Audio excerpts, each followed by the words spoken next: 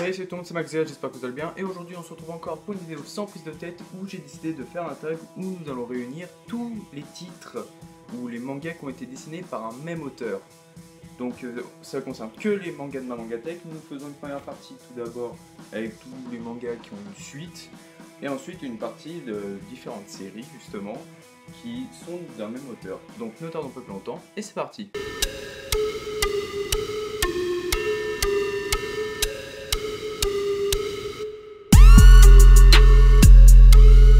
Pour commencer, j'ai déjà fait une vidéo dessus, c'est Goblin Slayer. Nous avons le Goblin Slayer en manga, je n'ai pas le light novel, et nous avons le spin-off.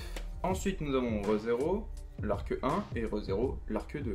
Encore une fois, j'ai déjà fait plusieurs vidéos dessus. Nous avons The Breaker la saison 1 et The Breaker la saison 2. Pour les Tokyo Ghoul de Sui Ishida, nous avons donc Tokyo Ghoul et Tokyo Ghoul Heureux. Et on va pas tarder à rentrer dans le vif du sujet. Alors là, exception, nous avons Awaken, dessinateur de la saison 1 de King's Game. Et j'ai la saison 2 de King's Game et je n'ai pas la suite parce que j'ai pas envie. Et maintenant on attaque aux auteurs avec différentes œuvres. Donc nous avons tout d'abord Kujiseo, un auteur que j'adore. Il a notamment fait Autumn While Live, ça parle justement d'une femme, cette femme, une jeune fille qui va à la campagne, vivre à la campagne chez un garçon qui sera le héros. Et nous avons Fuka, la fille de son premier manga, je ne sais plus comment il s'appelle, Suzuka, voilà.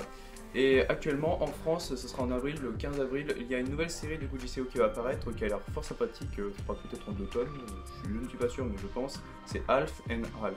Ensuite, ça a été longtemps mon auteur préféré, Mikoto Yamaguchi. Il a fait justement DeadTube et Friends Games. On peut dire que c'est un auteur assez barré, en tout cas c'est franchement deux séries fantastiques. Et j'ai déjà fait une vidéo sur Friends Games. On commence à s'attaquer au mastodonte du manga avec Boichi. Alors au dessin dans Dr Stone qui est actuellement très populaire on va dire en ce moment. Nous avons Origin, un mecha qui est franchement super. Moi j'aime pas les mechas, je déteste ça et lui j'adore. Mais là il est au scénario. Ensuite pour Sanctum il est aussi au dessin, ça parle du christianisme et de plein de choses étranges. En tout cas c'est cool mais c'est pas une de mes priorités. Nous avons ensuite le one shot Space Chef Kaiser, le cuisinier de l'espace. C'est pas terrible mais c'est bon, c'est pas grave. Et là il est au scénario. Et enfin le légendaire Sunken Rock, sûrement la série la plus connue de Boichi, qui est franchement fantastique et je vais essayer de la finir cette année. Maintenant on s'attaque à un auteur avec un nom totalement imprononçable, c'est Tetsuya Tsutsui, bah j'ai réussi.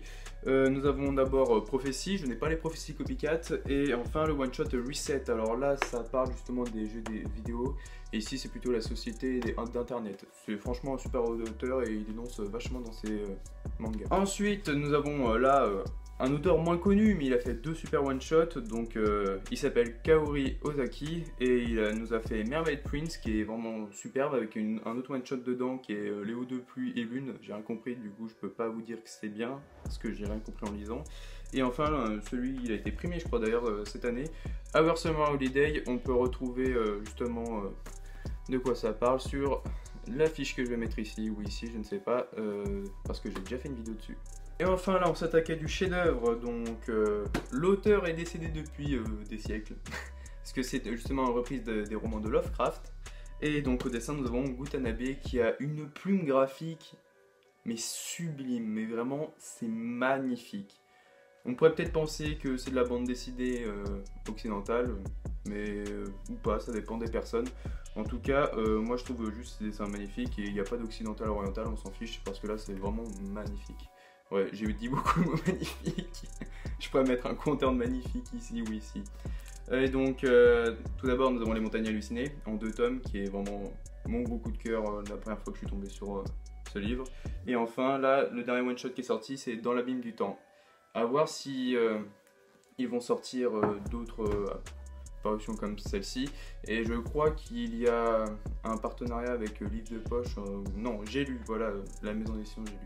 Nous arrivons en termes de vidéo, j'espère qu'elle vous aura plu. Alors j'ai été très rapide car je suis très pressé, désolé, excusez-moi. On va bientôt retourner sur des vidéos beaucoup plus écrites que celle-ci, c'est sûr. Et sinon, c'était Maxga, mais avant que je vous quitte, si vous avez des séries dans votre mangatech de même auteur, ça pourrait m'intéresser, dites-le moi en commentaire. Bon allez, on met à la main là, et je vous dis bye.